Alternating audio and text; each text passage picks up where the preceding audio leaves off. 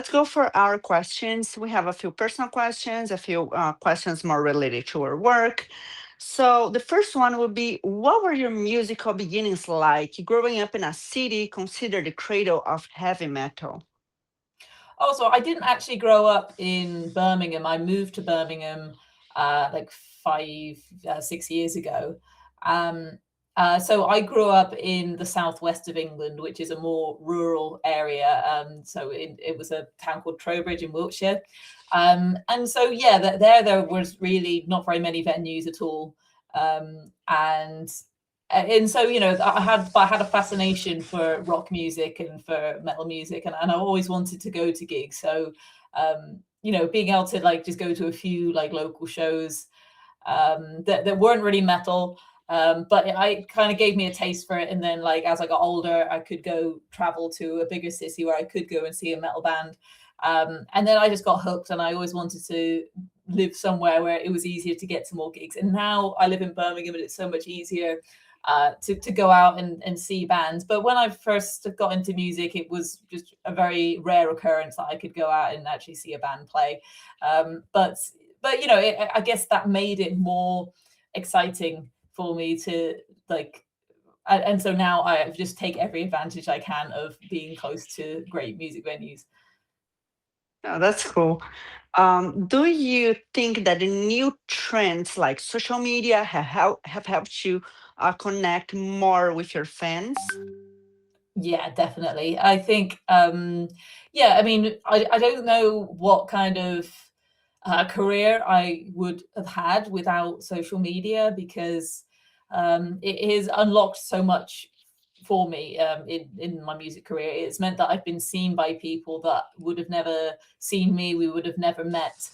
We're not in the same circles, but something about social media, it does kind of equalize things a little bit. You don't have to have a huge recording and a highly professional filming budget and stuff to put out really good like interesting bass covers, which was what I was doing back in 2015 or whenever I started doing it. And over time, that kind of I realized that was actually amassing an audience, and I thought that was pretty cool. But I never thought that it would be seen by my own idols of like in the music scene. And then it did start to like come across the right people, and I wanted to use it as a kind of showcase to show that I can play and show my skills. Um, and I hope that it would help me get booked for certain gigs, but I never would have imagined that it would help me get booked to play with Mercyful Fate. That's like a huge change there. But I don't really see, because I didn't grow up in a big city, and didn't know anyone in the music industry when I was like a teenager and first getting into music. There's no other way that I can imagine that I would have got into those circles and those spaces if it wasn't for social media. So yeah, like it has been really important doing the Instagram and Facebook and showing those videos. So I'm glad I started doing it. It's really important. And we also know that you're very active on YouTube as well. How did the idea of creating content on YouTube came about? I think it was more of an afterthought, to be honest. I was doing more on Instagram and Facebook. Um, and then I kind of remember that people use YouTube as well, and started kind of going back and populating that page as well. But there are actually some like really early videos of like me playing, and I'm like, I don't know, 16, 17 on there. And of course they're not really a good representation of my playing now, but I decided I never took them down because they were actually getting a few hits, and people were subscribing to my channel even though the videos there were very old and not very good. I just kind of left them there, and they kind of amassed a few subscribers and things. And then I've started revisiting it and trying to do YouTube. I think more for the longer form content, which I think people prefer on YouTube, whereas Instagram, Facebook, and others like TikTok, they prefer like the short. People have very short attention spans, so you need to just do a riff and then move on. But I really like doing a full cover. I find it hard to pick what is the best part of the song, and there's so many different parts of the song that I like, and I like the completeness of doing a full-length video of the full song. So I guess, yeah, like more recently I've been trying to go back to YouTube and do the longer videos so that I can do a full song. And I think it'd be useful for other bass players who wanted to learn that particular song, or I don't know, just fans that are interested to hear the whole bass line, which I don't think you really stick around so long and do it on your phone. And also, I guess people on their phones tend to not have very good speakers on it. But if people might be more likely to watch YouTube on a home computer, they might have better speakers and have better sound quality. Perhaps, I'm not sure. And like you said, YouTube and Instagram, TikTok, they are totally different platforms. So for you, which one is easier to create content? Like TikTok or Instagram, they're like shorter videos, or YouTube, they're longer videos. Which one is kind of easier for you, or do you enjoy the most? I think I probably spend most time on Instagram, really. Like, it's quite an easy platform to use. And just like for like quick messaging and quick photos and videos. But I guess for my own enjoyment of an app, I actually could probably use TikTok more. But and yeah, I don't know, I feel like so many of the apps, like, they come up, they when they first start, there's something about them that's different and unique, and people kind of flood towards them and start using it for that special thing that they do. And then over time, they start just kind of branching out into every other platform's same thing. So, when Instagram, when it first started, it was just 15-second videos. And then it was like, oh, no, now it's going to be 1-minute videos. And then it's going to be as long as you like. And so what is really the difference? Like, I find it a little bit frustrating, but, whatever. That you make this content and then you've got to upload it to all these different platforms, and you feel like you're repeating yourself all the time, because I was like, oh, put the same thing. They all do have the same function, really. You got to do that short on YouTube, Instagram, TikTok, Facebook, and you're like, I mean, if you don't do it, you're going to miss out on some people, because some people prefer one to the other. But yeah, I find it interesting that they all end up just copying each other and basically having the same function. Definitely. And also a little bit more about your music career. How did you join Mercyful Fate and start playing alongside King Diamond? Also, I just play for Mercyful Fate. And so this was back in 2022. They were doing a tour in Europe. And their bass player at the time was Joey Vera. So Joey also has a band called Armored Saint, and he's like one of the main guys of that band. Like, he's a founding member. So it was very important for him to do all the Armored Saint shows. But they had a USA tour that autumn. And yeah, they were looking for someone to come in and play cover for Joey while he was away touring with Armored Saint. And yeah, the story goes that Hank was looking for a bass player, and he had come across my videos, I don't know, maybe a year or so before. And yeah, when like the band were starting to think, oh, actually, yeah, we do need someone to stand in, he put my name forward to King and said, yeah, watch some of this person's videos, and said, I think they've got the same kind of style that Timmy Hansen had, the original Mercyful Fate bass player. And she plays all this old school heavy metal, and I think it would be a kind of authentic choice to make. Like, this is someone who really loves the music, and they may not be from the same era, but they seem to get it. And King agreed, and he said, yeah, that seems like a great choice. And so they were on tour in Europe at the time. They played Bloodstock Festival, which is in the Midlands of the UK, and I was at that festival, but I had no idea that they wanted to ask me at that point. But they decided to track me down at the festival that weekend. They put a sign up on the the side of the stage where they've got, like, the video screens. They put signs up there saying, Becky Baldwin, we need you to come here. And I was just wandering around the festival, going about my day, And yeah, someone came up to me and was just like, you have to go back here. I don't know what's going on, but like you're needed. And I'm like, what's going on? So yeah, I head to the stage where Mercyful Fate would have been playing later that day. And I got to meet them and had a chat. And they asked me if I would come and play a USA tour with them that in a couple of months' time. And I was like, yep, I will clear my calendar. Whatever you want me to do, I'm going to be there.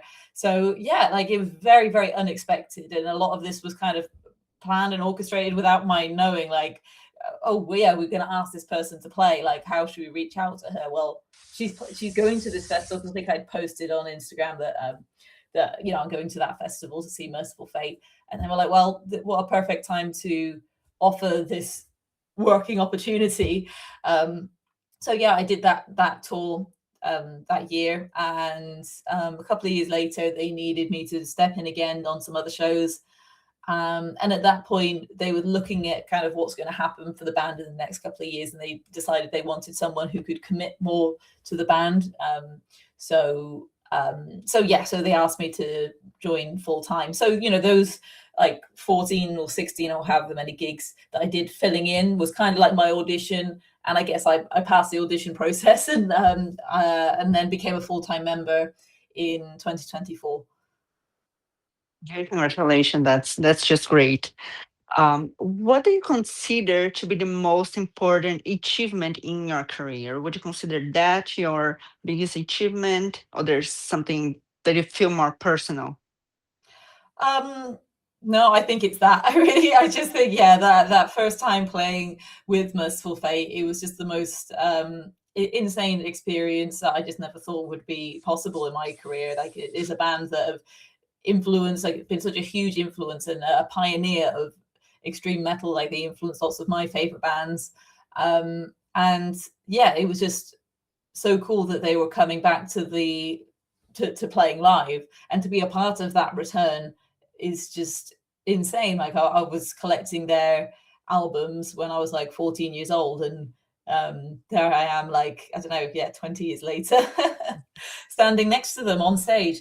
And it was just like really heartwarming to feel the love from the audience as well, and they really accepted me.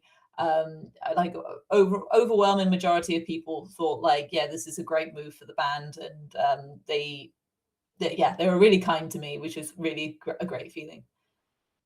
And if you could erase a stage of your life, which one would it be? Oh, say that again, sorry. If you could erase a stage of your life, some moment in your life that you didn't feel was exactly how you expected, is there any that if you could, you would erase? I don't know. I think that there's something to learn from every element of your life, and there's definitely periods of my life that I haven't been very proud of, or I look at, like, some of the early shows that I did when I first started playing with bands, and it's like, oh, that's definitely not how I would want to be represented now. Like, gigs aren't as good, and like performances that aren't really the standard that I would like them to be.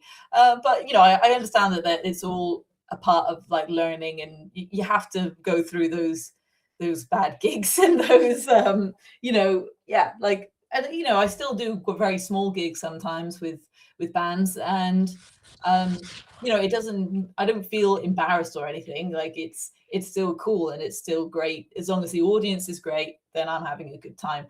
So yeah, not really. Like, the earlier gigs, I know, are not representing of me, but I feel like every musician has to go through those things to be like I think anyone who's, like, respected has to do that. Like, if you switch straight from, like, total obscurity suddenly to the massive stages, there's something missing in that journey that you have to really go through to appreciate the good things. So I'm glad I've had the bad stuff to appreciate the good.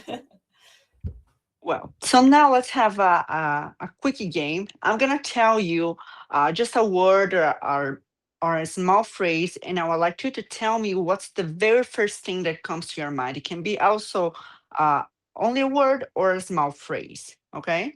Okay. So the first one is piano. Okay, I think about sheet music, and like, yeah, like learning music theory and that kind of thing. Okay, British and Irish Modern Music Institute. Oh, I think about my time studying at BIM in Bristol. Fury. I think about my band and yeah, how it was to start to join that band many years ago, and yeah, and how great a weekend we just had in Denmark. We were just at a festival in Denmark playing there, and it was a really great time. Veganism. Yeah, that has been a big part of my life for many years, and I'm really proud to be a vegan. And you know, I feel it really aligns with everything that I aspire to kind of put out into the world. And I love meeting other vegans, especially with those that tour, people that have to do it on the road. It's not always easy. Born to Sin. That is probably maybe my favorite Fury record, maybe second favorite. I don't know. It's difficult to say, but it's probably my favorite Fury album artwork for sure. And it's got some of my favorite songs from the band, especially It's Rock and Roll, which has a cool little bass solo in it. So you're a vegan. How long did you start all of that lifestyle? And So about 10 years ago, I went officially vegan for sure, definitely. But to be honest, it's been more like 20. I feel like it's been a process over 20 years. Like I never fully achieved it until about 10 years ago.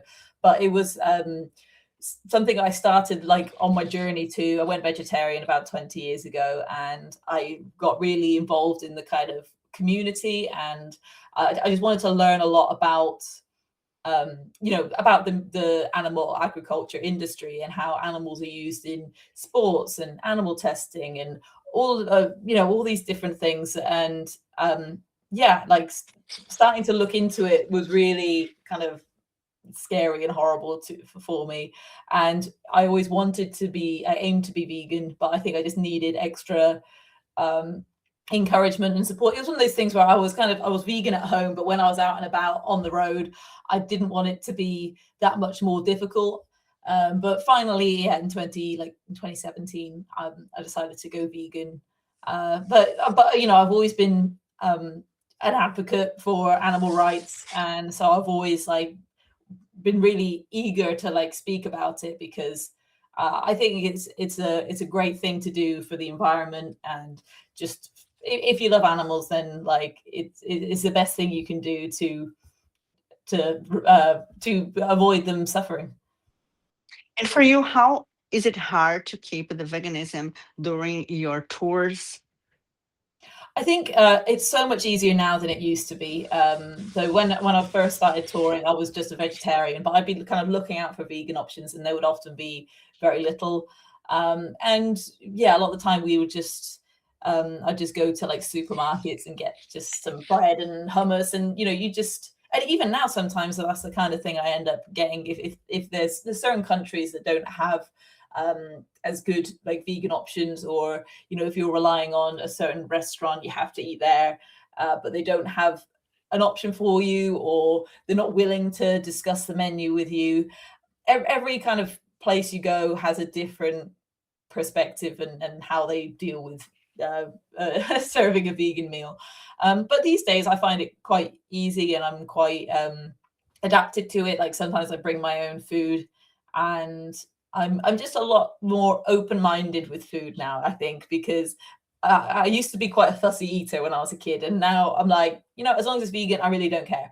So, you know, other weekend I was eating just a broccoli sandwich, and because that was the only thing I could think to put in the sandwich that was vegan. And actually, it was pretty tasty. It was all right. I wasn't you know, offended by it. It was cool.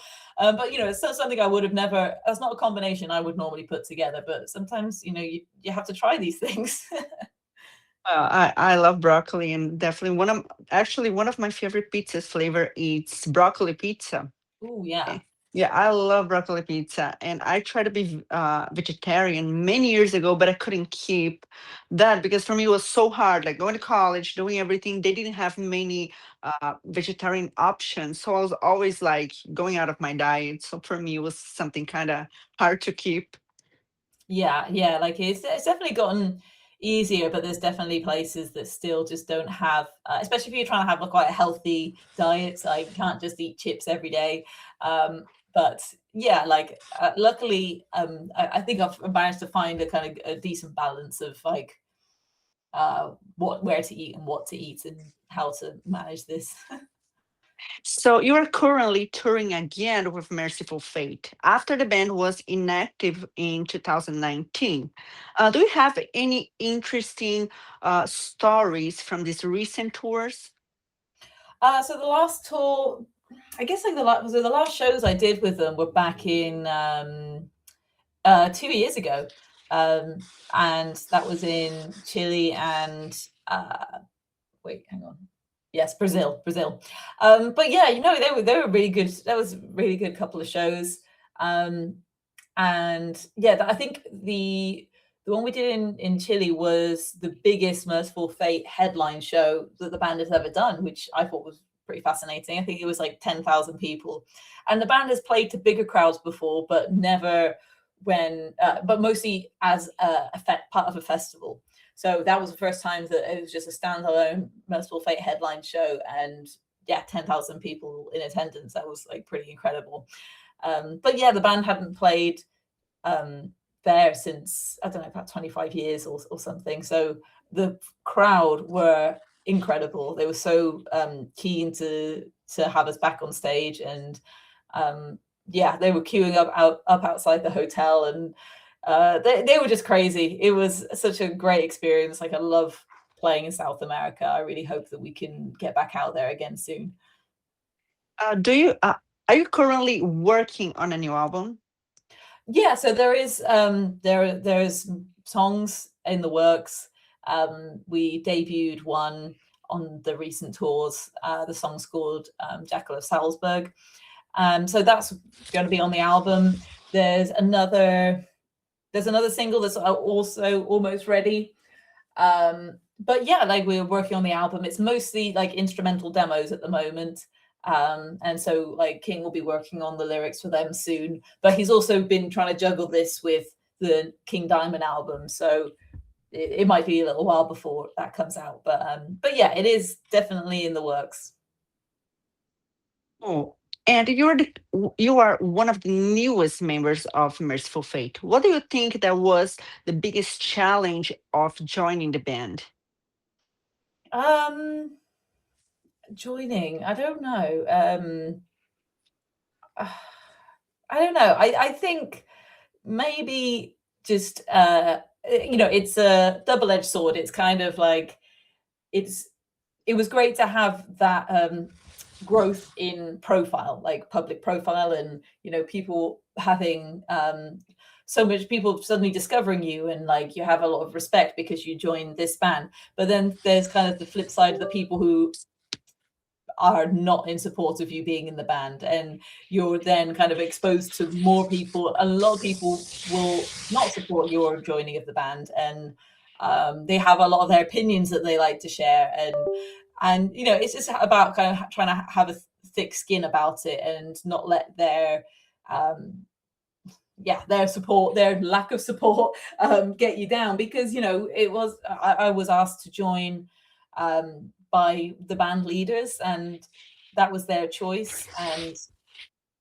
I don't know, like for it does hurt if there's like diehard fans that go like, why is Merciful Fate getting a girl in the band? This is not a girl music. And it's like, sorry, like unfortunately there are girls out there that listen to Merciful Fate, and it's perfectly women are perfectly capable of playing a bass guitar and playing metal.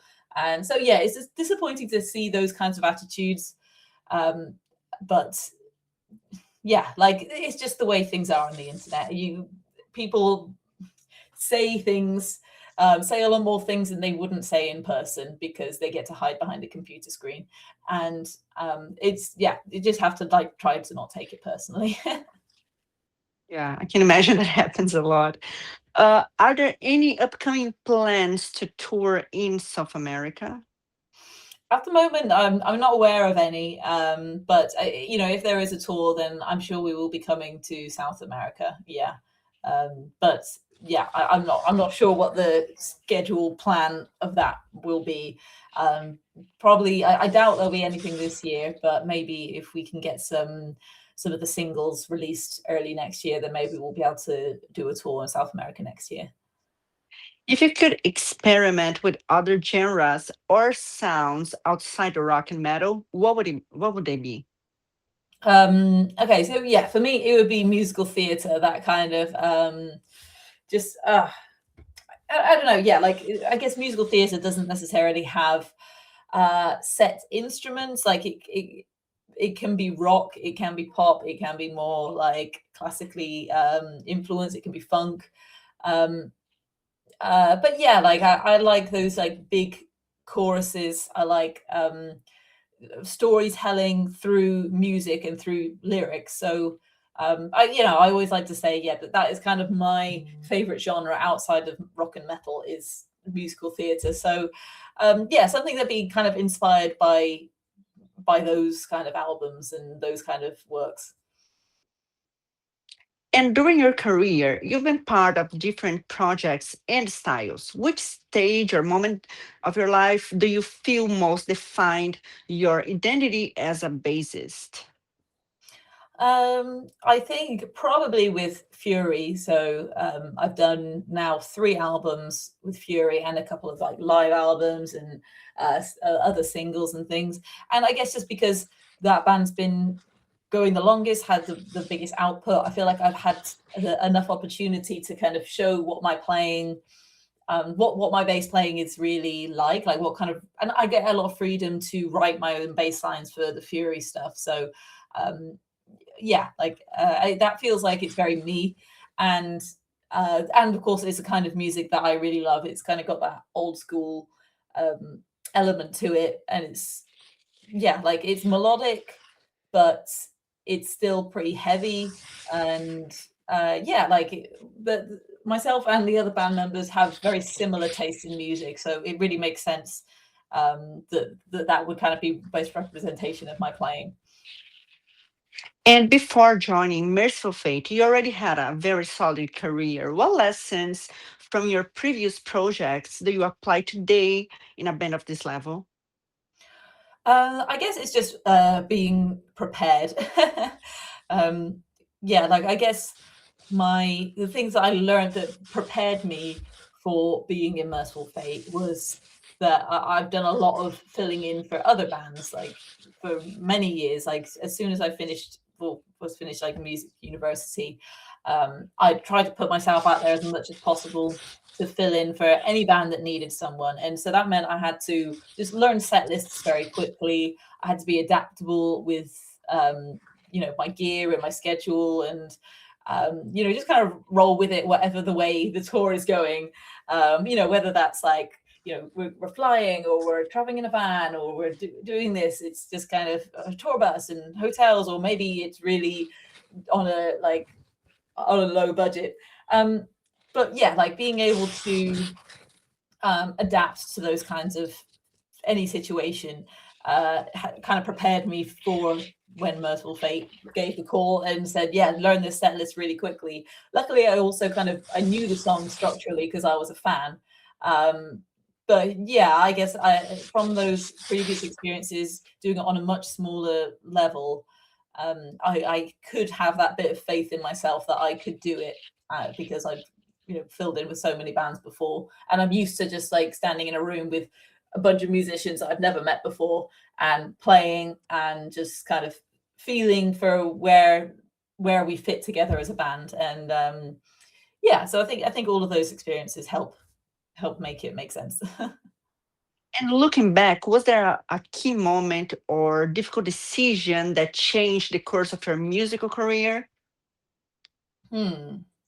I mean, yeah, there's been quite a few really over the years. Like when I first started working as a professional musician, as I said, I would offer myself to fill in for any band, like loads of different bands. And eventually, usually like that would end up being a more permanent role with that band or artist, and they'd be like, oh, we have to do more. I'm like, okay, cool, yes, cool. And then but I'd also be playing with another band, and they'd be like, oh, do you want to do some more gigs? I'm like, yeah, cool. And it got to a point where I was in like 8 different bands, and they all started, at first they were all quite new projects and they were just finding their feet, so it wasn't a big problem. But over time they were all starting to level up and doing more shows, more higher stakes at the shows, like they're more important. And then my calendar started clashing, and it was like, okay, I really need to figure out where my priorities are. Which bands do I want to stay with, and which ones do I have to unfortunately step away from? And I don't know, just as a general like people pleaser, like I really hated to have to say, sorry, I need to like leave this band because I want to be in this one instead. That was difficult, but I think it was very necessary to like to make those moves. And some of them, it meant that we lost touch completely, and it feels like you've kind of lost friends and you've lost part of your identity because you no longer play with that person.